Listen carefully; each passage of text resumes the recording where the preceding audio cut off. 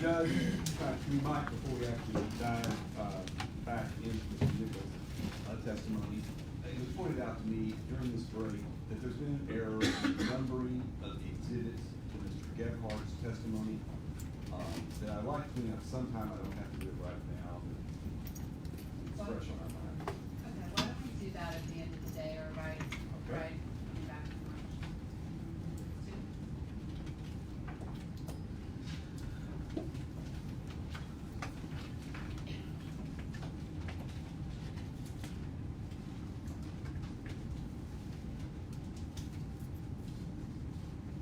So, Mr. Nichols, let me, let's see.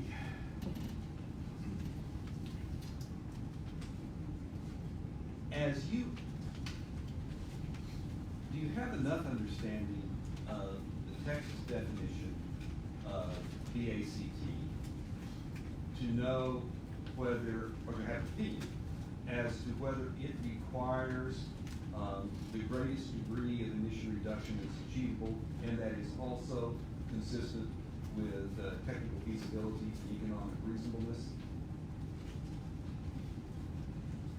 I guess that's the question. No, I don't believe it does require the greatest reduction. That would be economically feasible.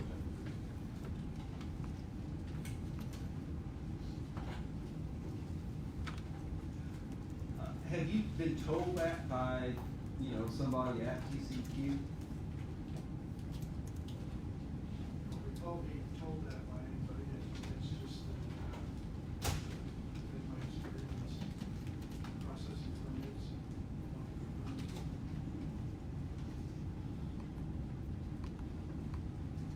Let me ask you, did you have any role in pulling together what is referred to officially here as tab D to the administrative record in this case?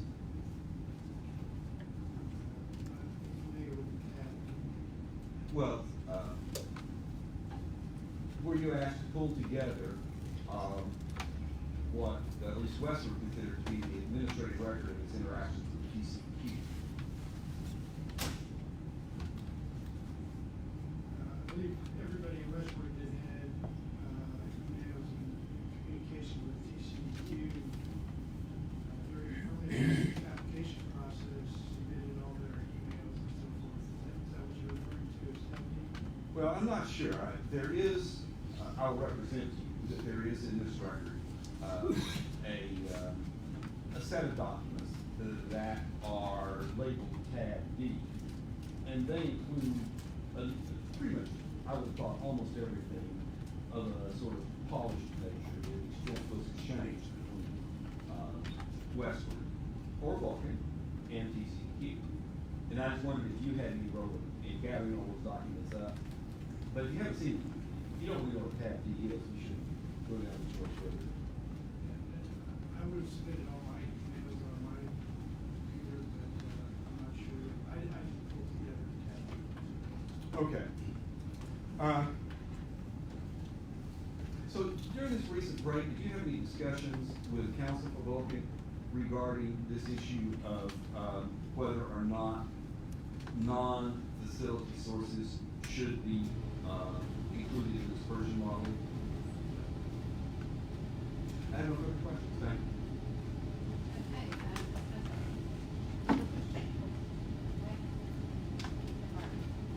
No questions, Your Honor. Mr. Seal, do you redirect? Yes, Your Honor. Mr. Nichols, Mr. Critter asked you about the basis of using 1 year, 2-year-old logical data. And the figure is very uniform conversation. Yes. And you happen to know off the top of your head have any similar rock pressure applications you've been involved with that are similar to the Vulcan rock pressure application in this case? Similar to type of facility being permitted and so forth? Similar in size and permitting requirements. Do you happen to know about how many of these have been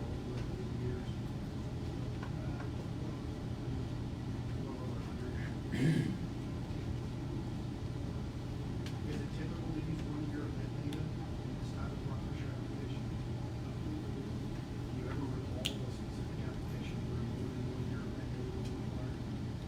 Well, I don't recall that, but I could earlier was on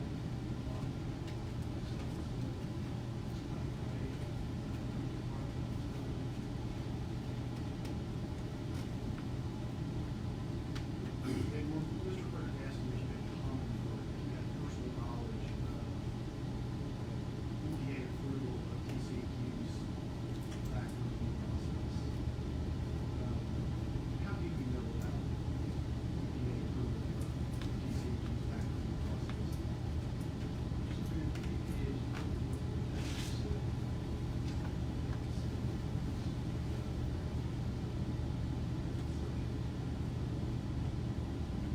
So is it common knowledge when you're processing all these applications that EPA has approved TCEQ's program? And are you required when you submit one of these applications to utilize TCEQ's guidance regarding the VACT lane? Yes. Is there guidance you can, go beyond tier one, is there tier three, some place for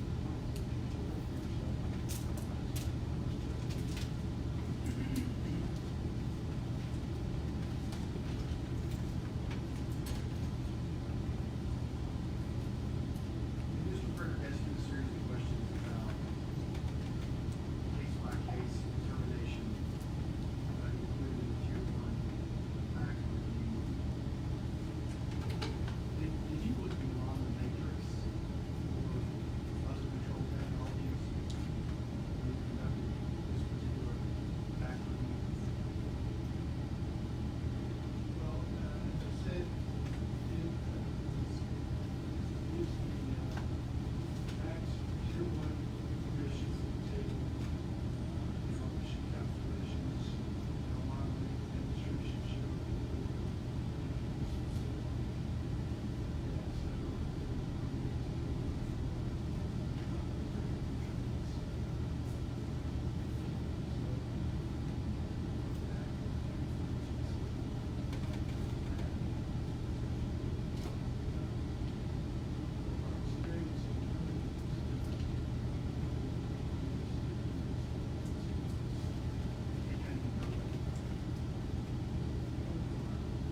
Your Honor, I'm sorry to interrupt you, Mr. Seal.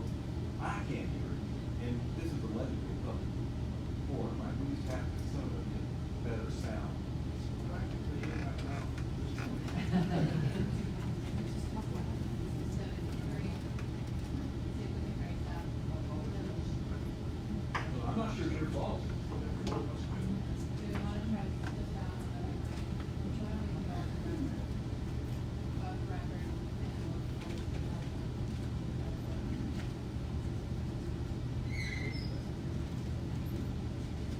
If we could control the air conditioning. It's an ongoing problem. One of the other rooms has this problem anyway. So if we don't have that. So we can like that. And. That we can turn on for.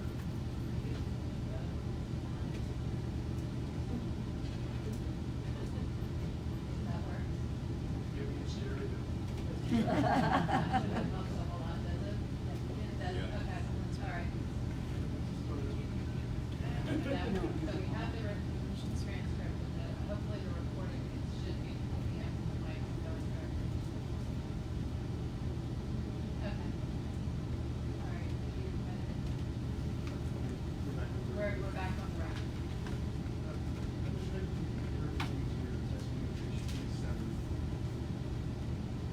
Mr. Frederick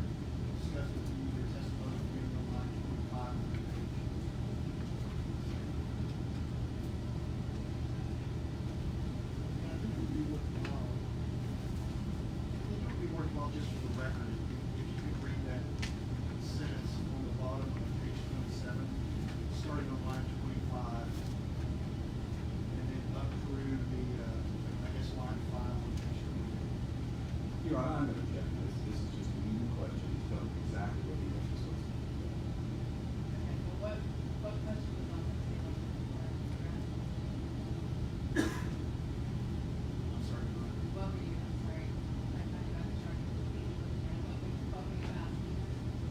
I was asking him about what he looked at in the tier one pack. I will let them all be. And Mr. Nichols, if there it is, just for the record, if you agree, page 27, lines 25, through 28, line 5. I'm asking you a question. Line 25. According to TCEQ's fact and guidance, written applicants such as Vulcan is not required to consider whether emissions control or EACT, different emissions control has previously been determined to be tier 1 EACT. Unless there has been a subsequent technical development that restricted emissions control technical practice and economic conditions. If you Okay, stop. sorry, can you turn the other microphone on, so that one? So is your testimony there that unless there's been a subsequent technical development, there's both technically practical and economical reasonable, you don't need to look beyond tier 1 back, or you need to look beyond the matrix of Mr. Rubio? And in your experience in permitting these types of rock crushing plants, are you aware of your technology with your stringent emission control that meets that requirement, is technically practical and economically reasonable?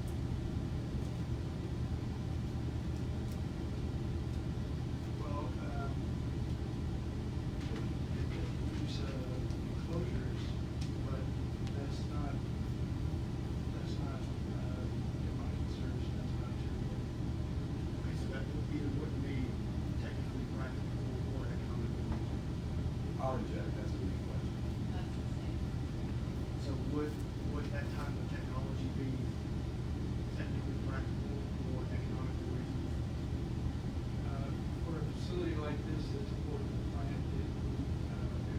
wouldn't necessarily be technically practical or economically reasonable. And how do you know that? Just from experience working on these plants, I was describing earlier, these plants are very compact.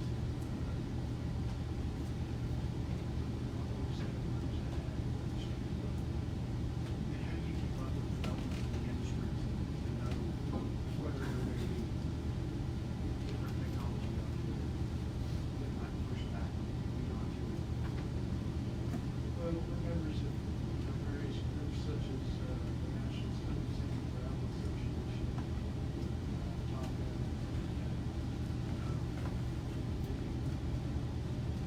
trade publication.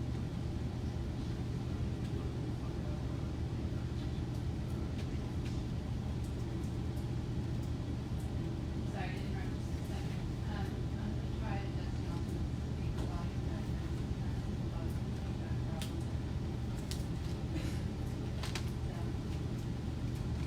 Okay, let's try it now. So are you aware whether? Okay, all right. Are you aware whether TCEQ also looks for other technical developments? I believe they do, yes, they review a lot of these permits also, and so they would be looking, they would be seeing what other applicants are suggesting for their controls that may not be necessarily EHCT. Some plants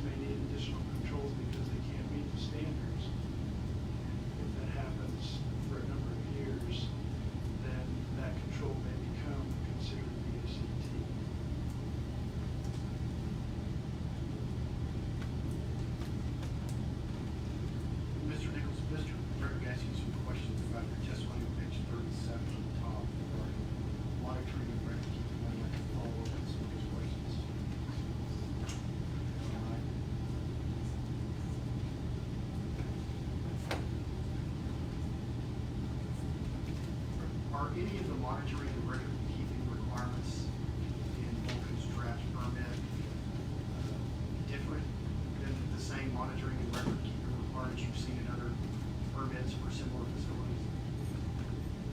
No. So have you seen anything different or additional in other permits for similar facilities? No. I'm sorry? No, I haven't. You have not. So with regard to the monitoring issue that Mr. Frederick was speaking about regarding diesel fuel requirements, you recall those discussions? Yes. Have you ever seen a permit requirement in one of these permits to sample the diesel fuel? No, sir. Have you ever seen a permit requirement to keep records on where the fuel came from or anything along those lines? I'll object to those, Mr. Chairman. Your Honor, Mr. Frederick had asked Mr. Mitchell's questions about monitoring record-keeping requirements, and I'm following up on that to see if Mr. Mitchell is aware of similar requirements. Overruled, you can answer the question. I haven't seen any similar requirements.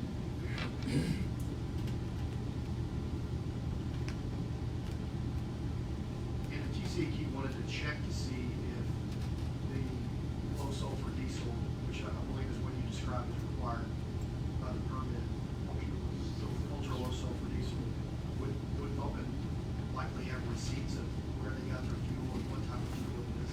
Yes. So TCEQ could follow up, there would be records there for TCEQ. Yes, they could review those records, or they could take a sample of the fuel for testing. Mr. Frederick had asked you about fence line monitoring. Have you seen similar permits for this, or a permit similar to this particular rock pressure plant that include fence line monitoring? No, sir. So would you consider that to be an unusual step for TCEQ to take? Yes. And Mr. Frederick talked with you a little bit about the emissions from the quarry roads and the quarry itself. Are those emissions addressed in the draft permit? Controls of those emissions are addressed, yes. And what are those controls? Controls require that, upon detection of visible emissions, that those areas be watered, whether it's, at haul roads, or a quarry work area. And that's an enforceable permit condition. So even though the Texas Clean Air Act precludes permitting for those emissions from roads and quarries, the permit nevertheless addresses those emissions.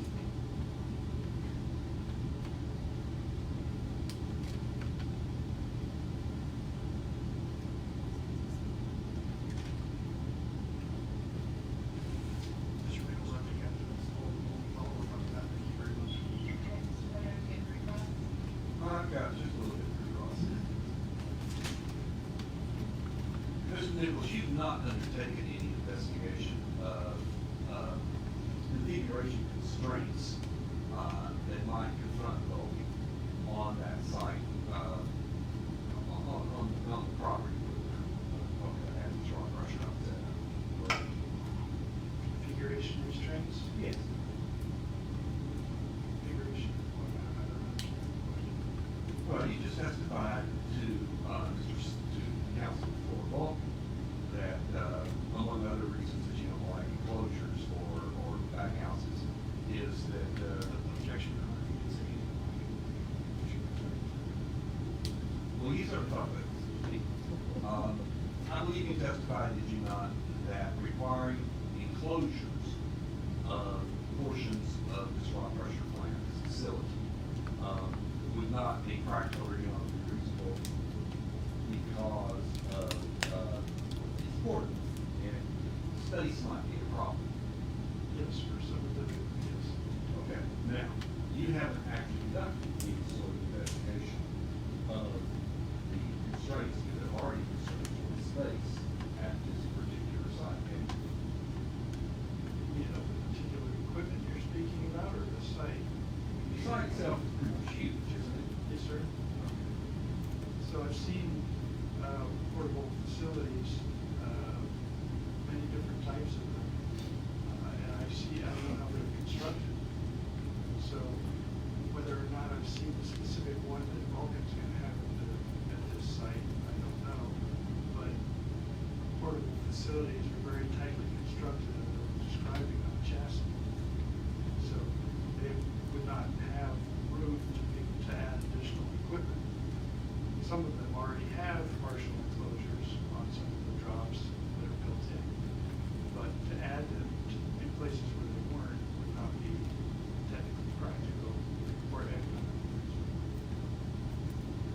you didn't actually conduct any sort of study for the case by case, this case right here, the Vulcan case, to see if that general proposition is true, right?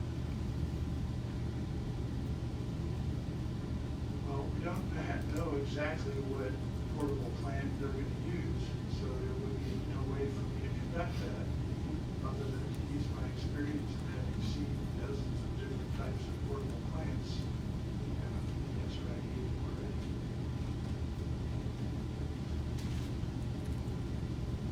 How do you rationalize TCEQ's authority to, have a permit that attempts to control emissions from non-facility sources? How do you and that's true, am I not correct, in that we just testify for Vulcan that this permit will attempt to control emissions from non-facility sources such as roadways? Yes, sir.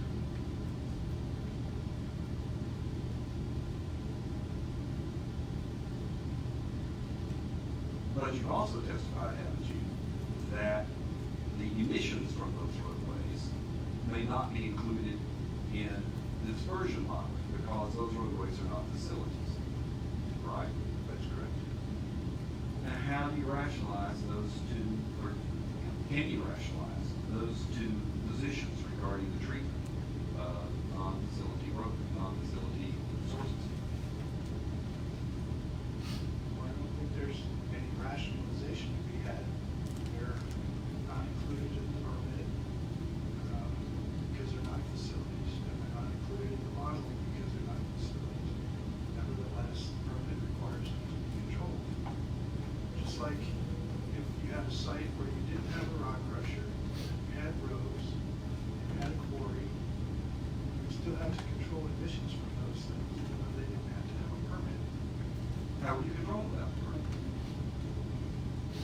Control them the same way you control with the permit, with water trucks, water upon visible emission detection. You're subject to the nuisance rules in 101.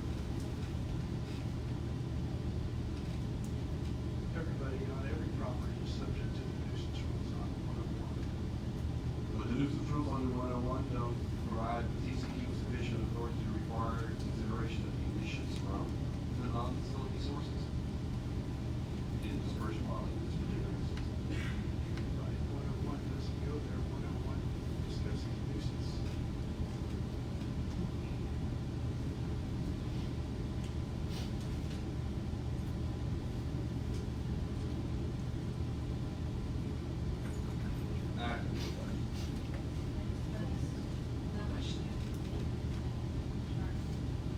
No questions, Your Honor.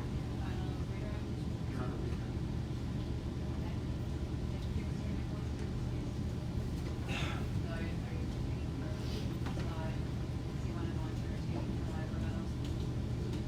Yes, Your Honor.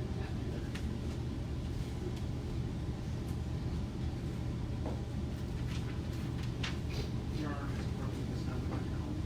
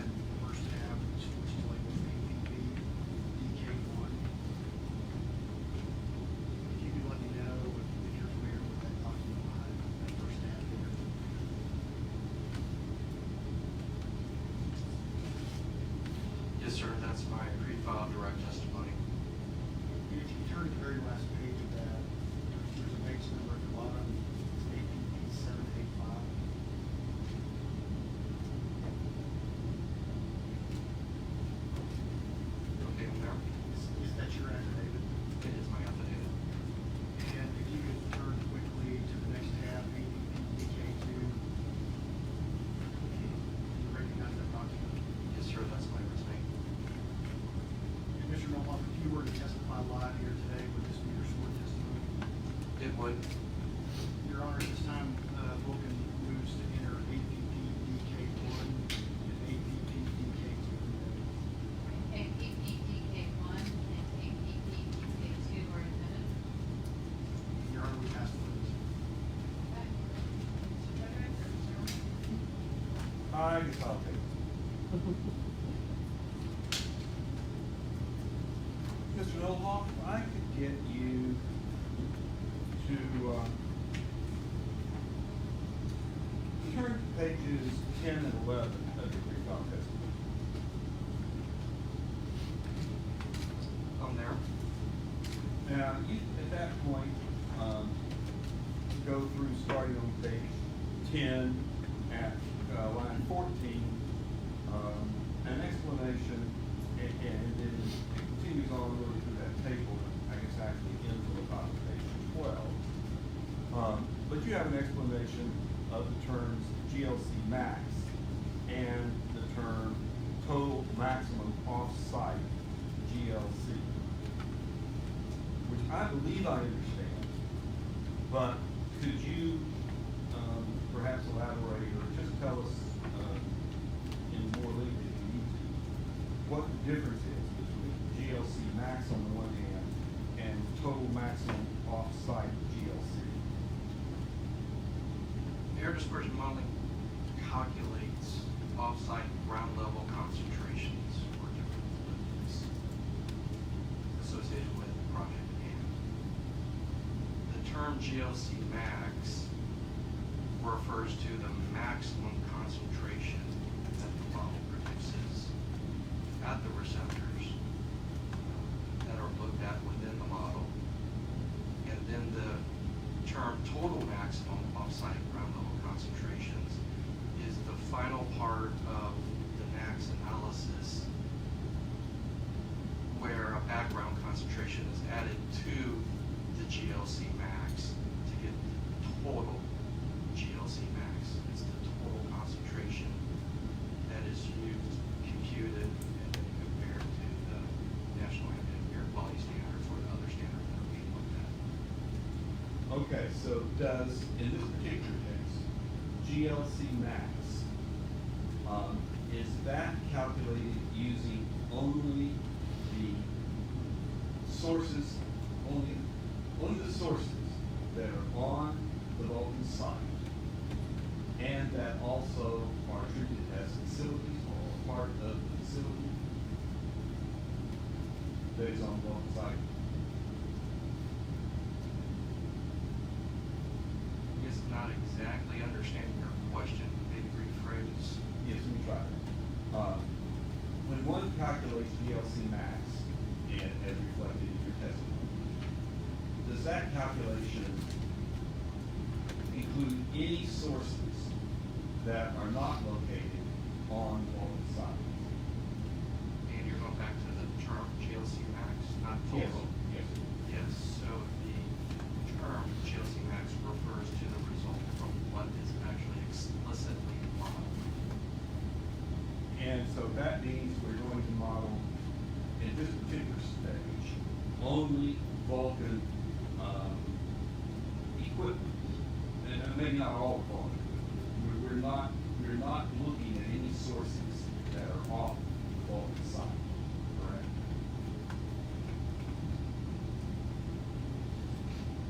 It depends what analysis. There's two different analyses that were done to determine the GLC max. There's the one where we look just at Vulcan's facility and those sources.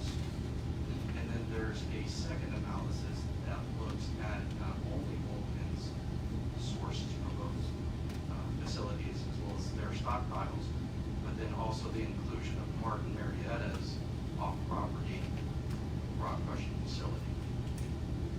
Let me, if I may proceed with this report. I am about to hand out an excerpt from the newspaper referred to.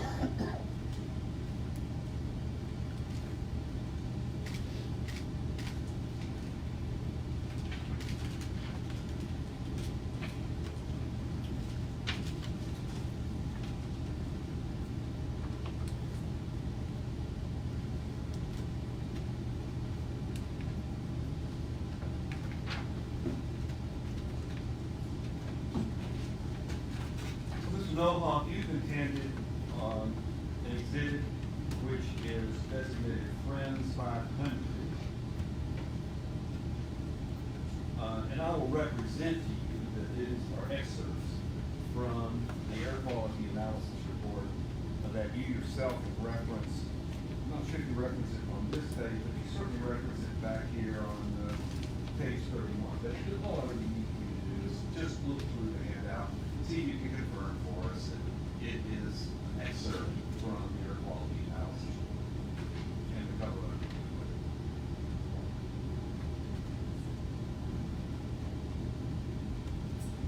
Yes, it's an excerpt, it's a simplified modeling report from what I submitted to TCEQ.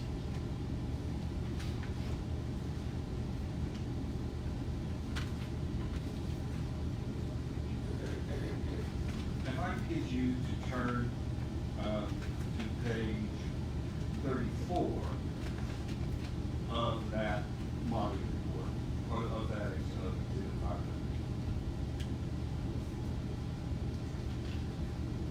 There is a table, and am I correct that that table is reproduced in part in your direct testimony at your page 11? The last three columns of that table of air quality analysis. You're correct. So, I want to know, I want to make sure I understand that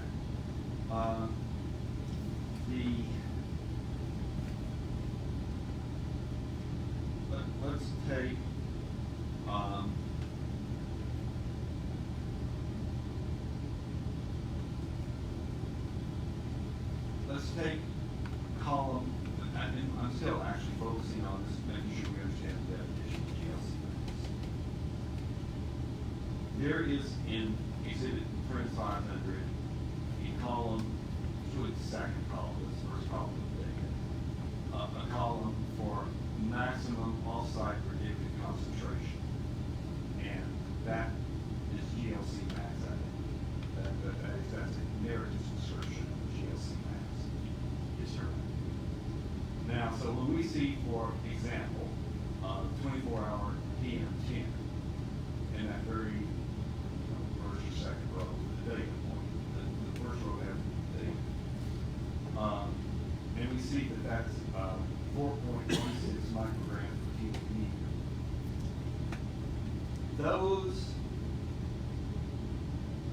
That GLC max did not include anything from the Mark Marietta facility, for example, correct?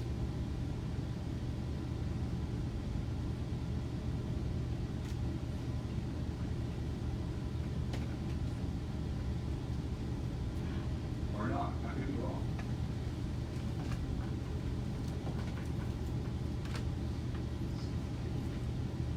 It did. Okay.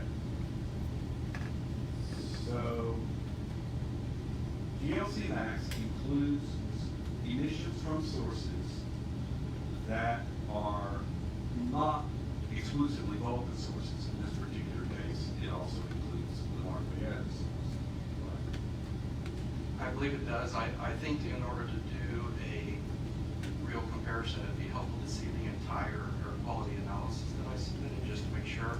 But I'm going from my memory that when I added the Martin Marietta rock crushing permitted facility emissions into the analyses, the maximum off-site ground level concentration, the GLC max, didn't change. Okay. And so therefore, this 4.16 represents both of those. And actually, I'm less interested in the value itself than in just making sure that all of us and that our record is clear as to whether, when you use the term in your testimony, and I'm looking at page 10, you talk about GLC max. When you use that term GLC max, you intend to discuss a off-site concentration of, let's say, that reflects model inputs from both the Vulcan site, you know, PM10 sources that might be there, plus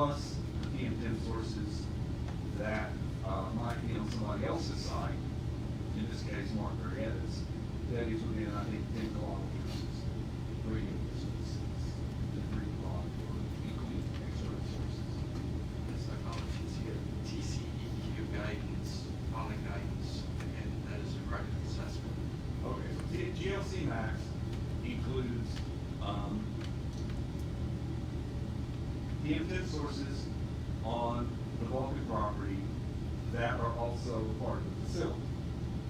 And PM10 sources on the Martin Marietta site that are also facilities. Correct, or parts of facilities. And then, when we get to talking about the second definition you give us, the total maximum off-site GLC, look at your testimony page 10. That is the first number, but it has added to it some background, some ambient background concentrations. Is that right? That is correct. So in this case, for the 24-hour PM10 max, the monitored background concentration of 66 was added to the GLC max to get the total GLC max.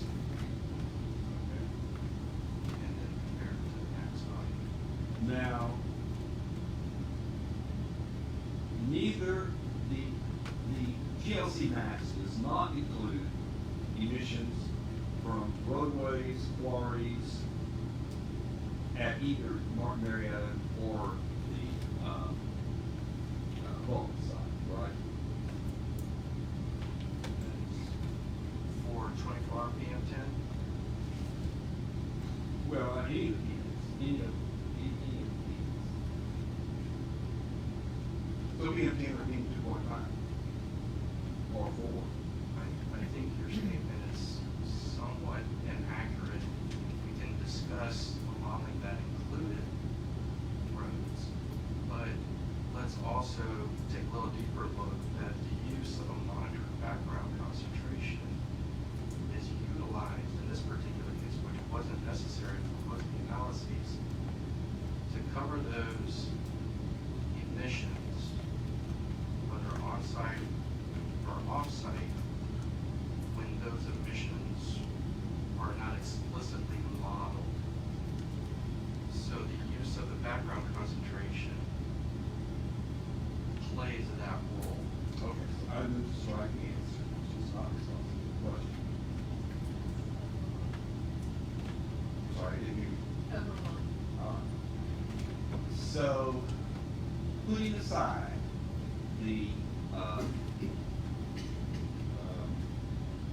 and the background concentration, if you were to, let's look at this first column on, for instance, 500.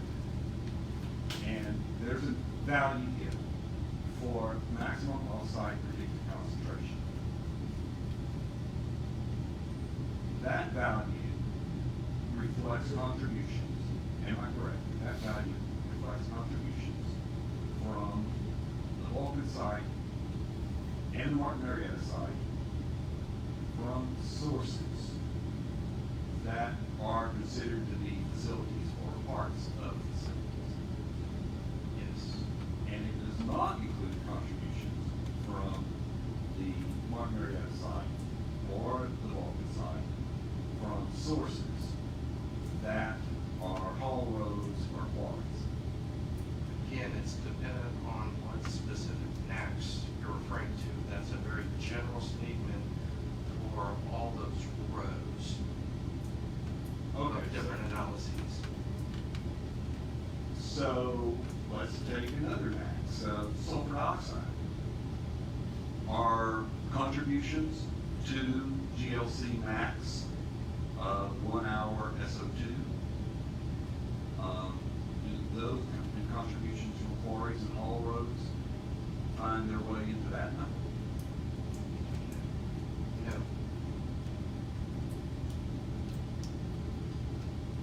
Is there an example of an max calculation or a calculation of off-site concentration of a max pollutant for GLC max that does indeed include a contribution from quarries and haul roads? So your question is specific to an off-site facility model, and to answer that specific element, no, we did not model quarry emissions or road emissions explicitly in the model for off-property, non-Vulcan sources. sources. And the same would be true actually for Vulcan sources that were not facilities. We also did not include those emissions in arriving at the GLC max. No, that's not true. So, if I'm understanding your question Well, correctly. I'm really trying to understand.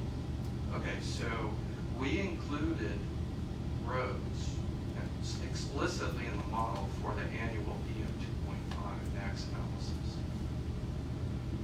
And so if you're looking at this Friends 500 table that you're referring to, if you look at the row that says annual PM 2.5 width or W / model road emissions, that is an analysis that includes our volunteer demonstration of including road emissions into the air quality analysis. And so let's see, okay, good. Now, when you say road emissions that are included, so let's have a value, so make sure we're talking about the correct road. Am I correct that the value you're speaking of for the annual PM 2.5 concentration that did include model road emissions is that 0.04 number? No, that's without. I'm sorry, so we're looking at 0.57. The one below 0.57. Okay, well, I'm gonna refer to that henceforth with you as row number 4, because that's the fourth row that's got some data. Now, the roads that were included in the model, the emissions from the roads, which emissions were included in the model, are those roads, what roads on the Vulcan site does that describe? Which roads are we talking I don't think they're explicitly defined, but I would term them to be the product roads. about? I'll represent that I've read from one of our witnesses that roads, between the stockpiles and the highway on exit from the property, those are definitely included. Is that you think likely to be correct? Yes. Now, how about the roads on which the front-end loaders move, if there are front-end loaders moving around between, like bringing raw rock to the first crusher? That road be included? Not explicitly in the model.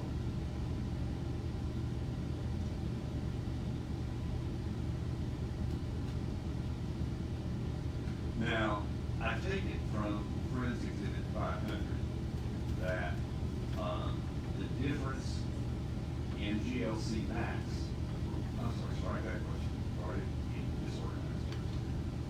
Would the same rule be true for the Martin Marietta inputs? That is, there are some inputs, some road emission inputs from Martin Marietta that contribute to GLC max with roads on it, right? So the 0.57 number that we see includes some contribution from Martin Marietta, some roads in Martin Marietta. TCEQ doesn't require roads to be modeled. And in particular with Martin Marietta's authorized facility, roads were not modeled for that authorization to occur. That is a typical permit for rock crushing. And so this particular value of 0.57 doesn't include any roads associated with those activities on Martin's property. Basically, the mayor, or the value of, for the P of 2.5 from Martin Marietta's maximum emission. I didn't catch the beginning of your question. Is the PM 2.5 inputs originating at Martin Marietta that are included in that 0.57 number are those that appear in the maximum allowable emission rate table for market area is water pressure permit. Yes. And that table does not reflect any roads at all within the market area, correct? As far as I know, that's correct.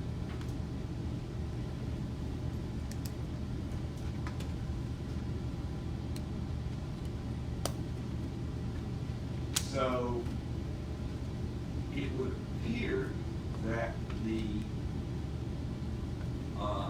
contribution being 2.5 from roadways, whatever roadways we're talking about here, is like, I don't know, 13, 14 times as much PM as appears, as comes from the facility, the sources that are also facilities in the market area, I'm sorry, on the Vulcan side. All right, and then what rows 3 and 4 show us about MCLs or P2.5? I'm not following you. Okay, if you look at row number 3, so we're going right on row number 4, I take it that that 0.04 number is a number that the algorithm developed without any input of road emissions at all from either Martin Marietta or Vulcan, right? Correct. And then the number below that, 0.57, is the output of the model if we consider certain roads at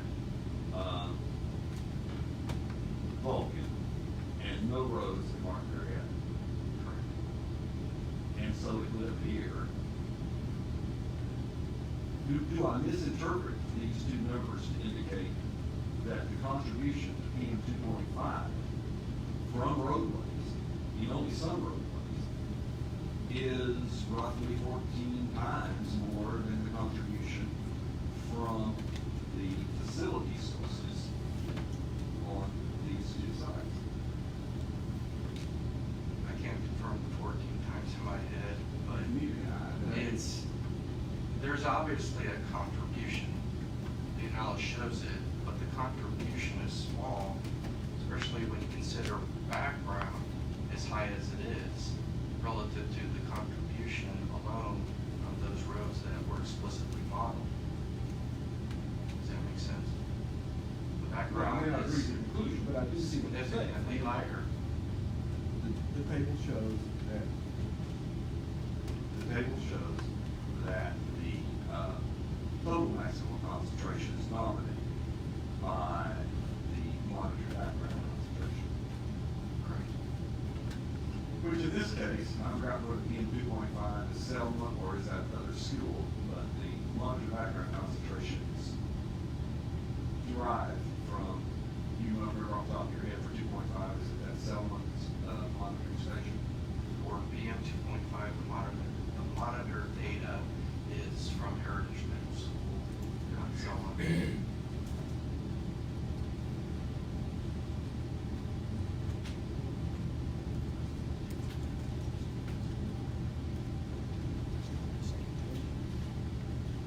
And again, neither the maximum, well, certainly the maximum, the GLC max does not reflect any contribution to PM 10 or 2.5 from the quarries, either one of the quarries, right? Correct.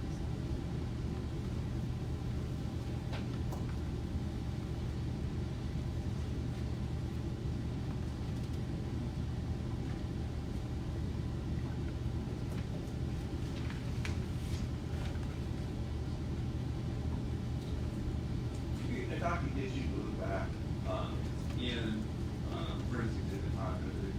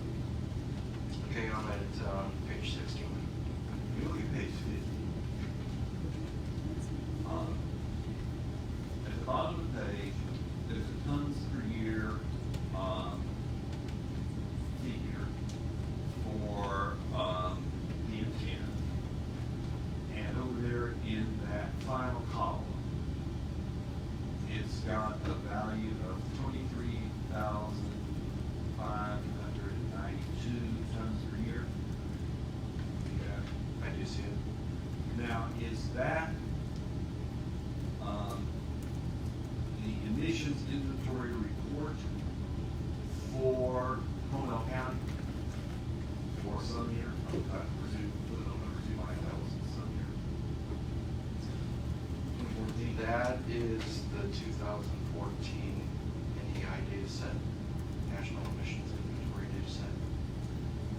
And about the same token over there in, the column beneath the heading Selma C301, that 47,217, that is the emissions inventory report for Bear County for 2014. Correct.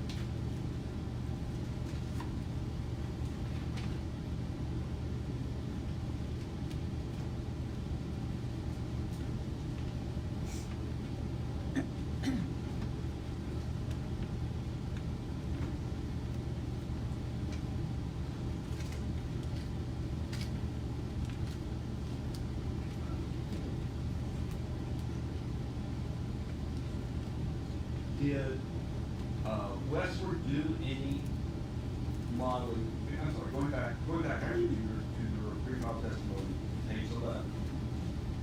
We just, as we discussed, just briefly, columns out of that, for instance,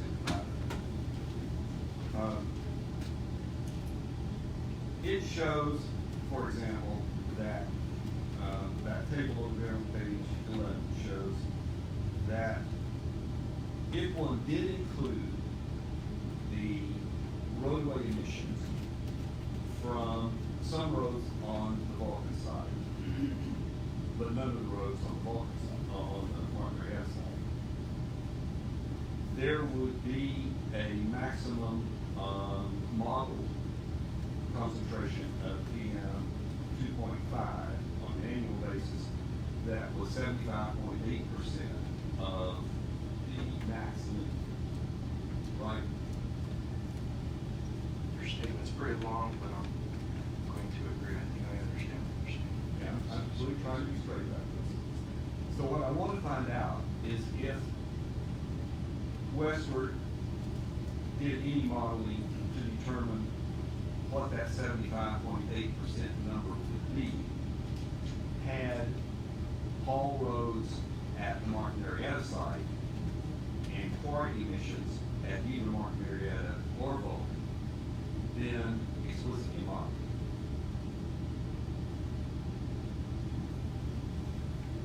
You know, along with roadway emissions that were modeled. Rephrase your question. Sure. So the 75.8% of the max, that output was derived considering some roadway emissions from the Vulcan side, and no roadway emissions from the Martin Marietta side, and no quarry emissions from either side, right? Correct. Now, did Westward do any modeling to determine what the value would be, what that 75.8% value would become, how it would change, what the new number would be, if the omitted Martin Marietta roadways and the omitted Martin Marietta and Vulcan roadways and the quarries at Martin Marietta and Vulcan, emissions from all of those five sources had been included as it was explicitly included in the model. Explicitly no, but implicitly yes, due to the background concentration added. Well, so let me make sure, I think everybody understands what you're saying. What I understand you saying is that the background concentration theoretically includes these emissions from the quarries and the unmodeled, not explicitly modeled roadways. Correct. But there's no proof that that is correct, right? There's no modeling that shows that. There's no proof relative to this specific project.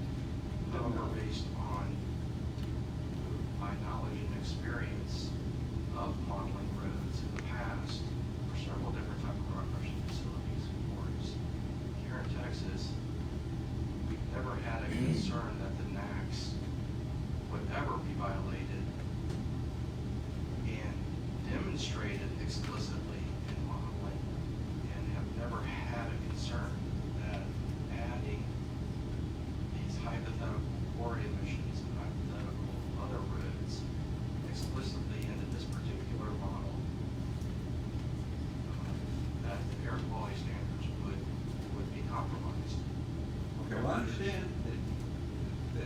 you're not concerned about it. But what I'm trying to get to is we don't actually have That's any my model concern. proof. I'm sorry. You cannot speak at recess. But I'm stating based on my experience and knowledge of what we have done in the past. The bottom line here is we followed to the T and beyond TCEQ's rules and guidance relative to this particular project. Okay, you know, there's no law, I'm just not claiming otherwise. But we still, at the end of the day, we don't know from any work Vulcan, excuse me, done perhaps, to model annual P of 2.5, or for that matter, 24-hour P of 2.5 emissions, including quarries, including roadways that are not included at the Vulcan Quarry, at the Vulcan site, and all the roadways at the Vulcan Quarry have site. We don't know, we don't, that, whether the, we're 75.8% of the max, of the max is consumed, or whether we're up at 140%. I think in a way we do know, so if we take the value of what was actually modeled explicitly with those paved and unpaved roads, I called product roads earlier, and we see such a small increase relative to its comparative analysis without the roads, that by adding quarry activities and any roads associated with those activities would also be minimal. But we don't have any numbers at all of quarry activities, the emissions of quarry activities. Even if you were correct about the road activities, we don't know anything about the emissions of quarry activities. This particular site, I guess I don't understand. We know that there's activity back and forth, and we've been talking about the road activity, and that's what I'm referring to. Okay.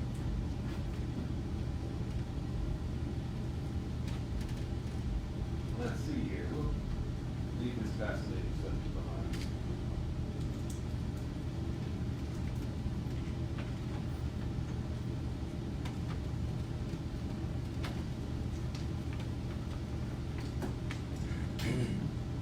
Let me ask you about this issue of whether,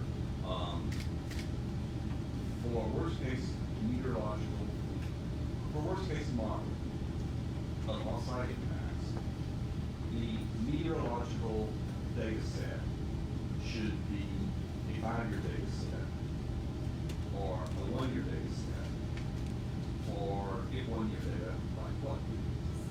So that's kind of a good measure of the area of production. You sat through, the TCEQ deposition, didn't you? Ms. Melton's deposition? I did. And it'll speak for itself, but I'll represent that she said, Your Honor, we object. hypothetically, Let's let them ask questions.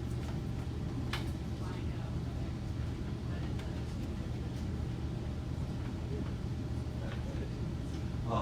it let me just leave her out of this. Do you have,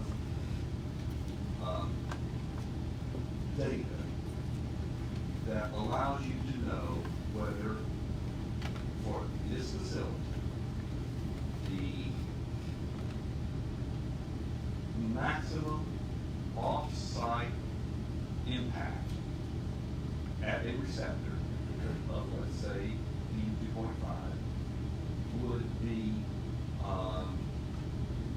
realized using the 1-year data set that was used, or would be realized using the 5-year data set that, a 5-year data set that was not used? Do we have any, that's the question, let's see where we go now. Do we have any met data? No, do we have- Meteorological data? No, no, do we have any receptor concentration data? Are you asking whether I compared a 1-year analysis to a 5-year analysis? Well, I am, but we'll break it down. Am I correct that to arrive at, the worst case off-site PM 2.5 impacts at a receptor, Westford used 1 year of meteorological data? That is correct. And had this been a larger facility, sufficiently large that it became a major facility, Westford would have used 5 years of meteorological data, correct? I followed the TCEQ modeling guidelines for minor NACs, minor source modeling, which requires 1 year of meteorological data to be utilized. I used their prescribed med data set. Which is 2012. Correct. And do you have any knowledge as to whether 2012 represented average net conditions, bad net conditions, good net conditions, any way to know how one might characterize 2012 as compared to some other year for net conditions? I've modeled in the past, not for this specific project, other net data years. And again, the idea is with air dispersion modeling is to find the maximum ground level concentration. And the requirement is to report the maximum. And so in any given year, you're gonna have, so if I compare year 1 to year 2 in different years, there's gonna be different days or different times when that maximum may occur, but you're still gonna have similar wind speeds, similar wind directions, temperatures. It's just the time and dates that those occur are gonna be different. So explicitly, no, for this project, I only used 1 that year, and that meets the TCEQ's requirements for winter source modeling.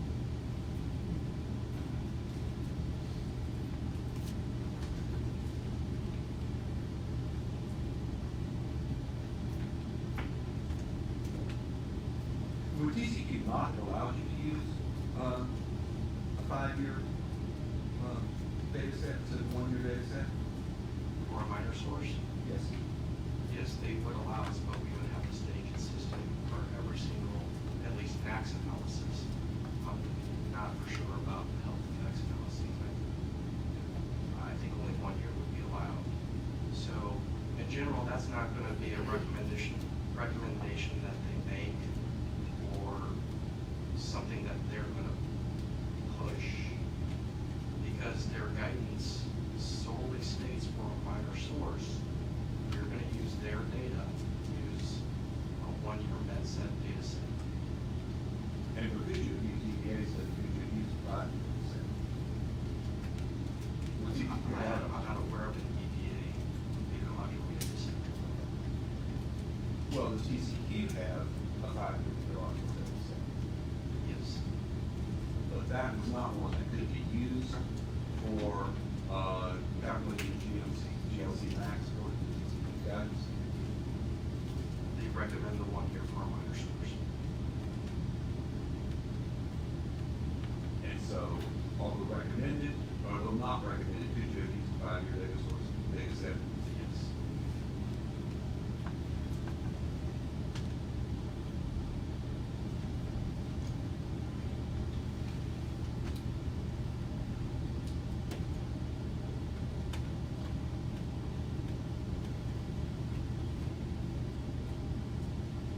Could I get you to look at your page 31?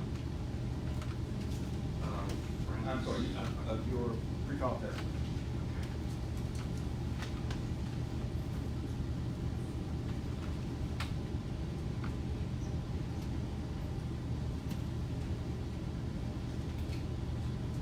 And at about the middle of that page, am I correct? This is where you were describing the use of the Selma monitor and the Heritage Middle School monitor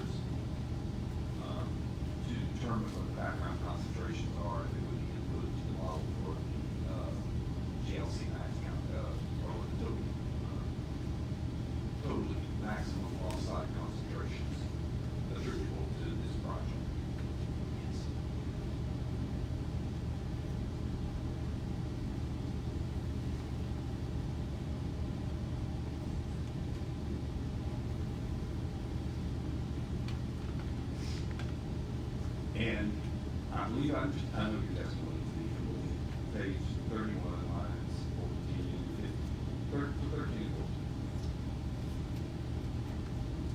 Do I correctly state your opinion to be that you believe using background concentrations and the air concentrations from that cell monitor and the heritage soil monitor, depending on which type of beam we're looking at or what period of time we're looking at, those concentrations should be conservative, or should be conservatively high compared to the actual background concentrations in Comal County at the sidewalk. Is that right? Yeah, I agree with your statements. And I take it, when you make that statement, did you actually consider all of those quarries and rock crushers that are sort of basically along I-35, but north of the Selma and Middleburg, or the middle school line?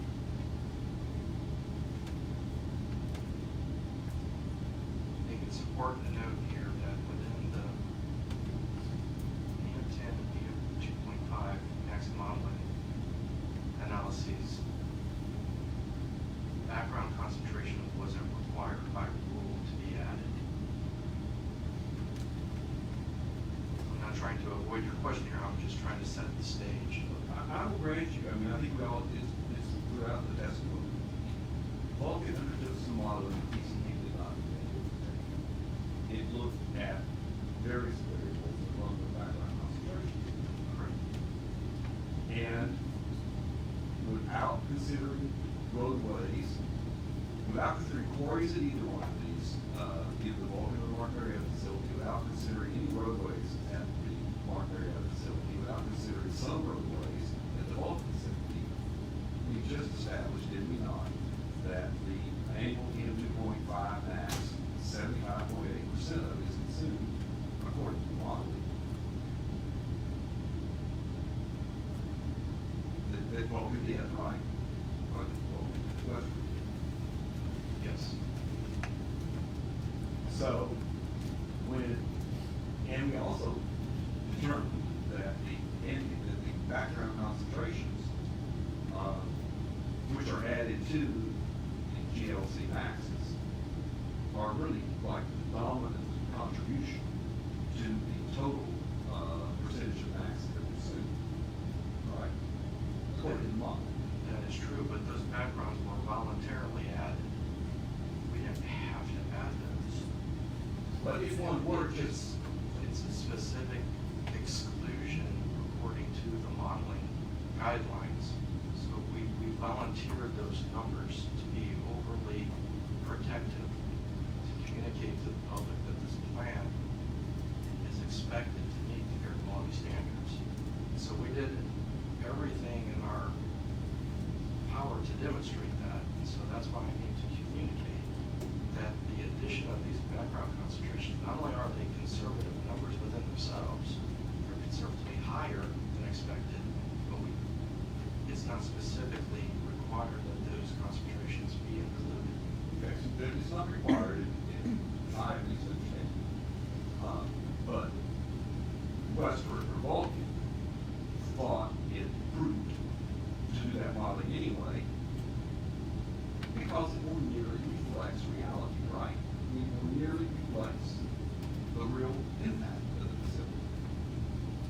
But again, going back to my statement on 31, it's conservative, the use of the background concentration is conservatively higher than what is expected to be in Comal County. These monitors are taken from places in Texas that are demonstrated to have a lot higher emissions surrounding those monitors relative in comparison to this, generally speaking, rural area of Comal County. Okay, so I've seen the table.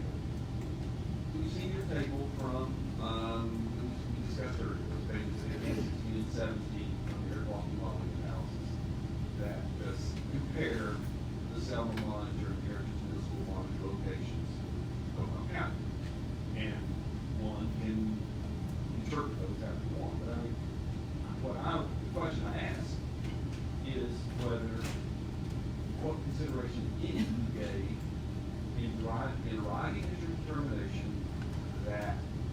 surrogate monitors gave conservatively high background concentrations.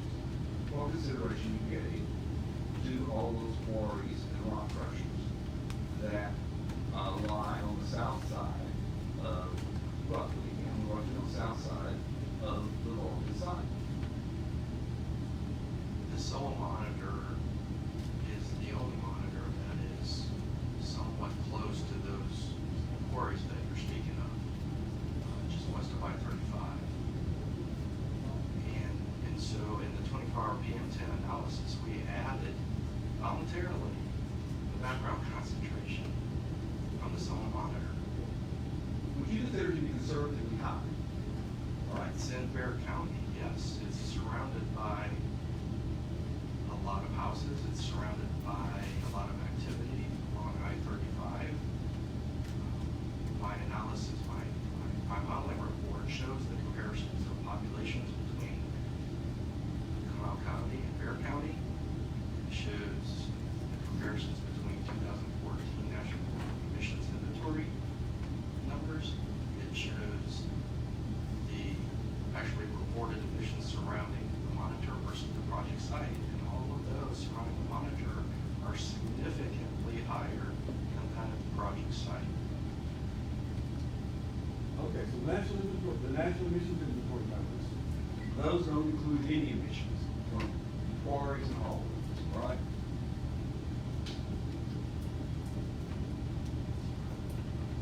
I know they include mobile emissions.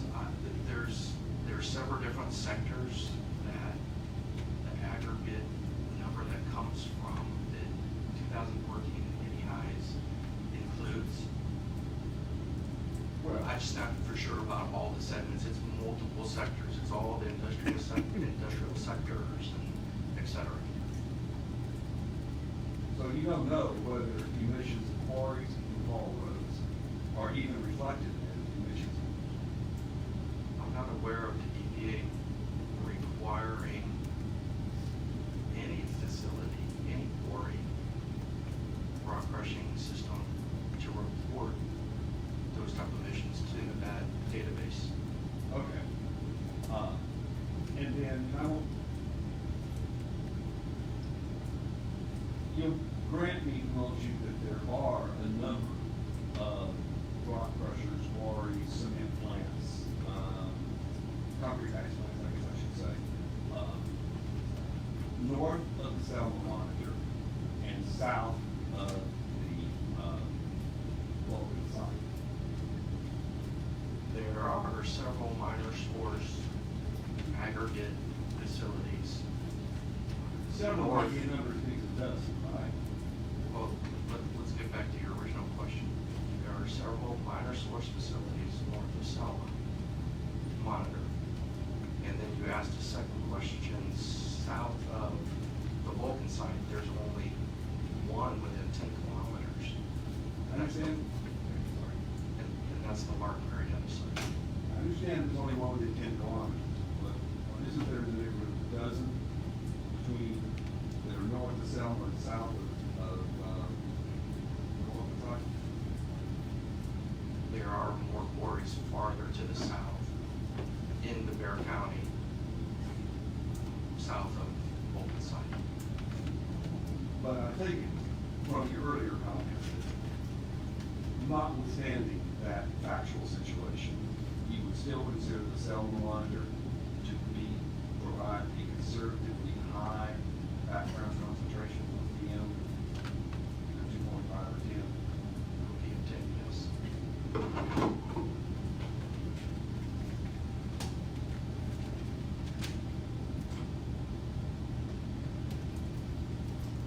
Mr. Better, stop, do you have a lot more, or Mr. Noel, or? You know, I think the truth will prove to be that I have nothing else. But if I might, just to give a lunch hour, to make sure that's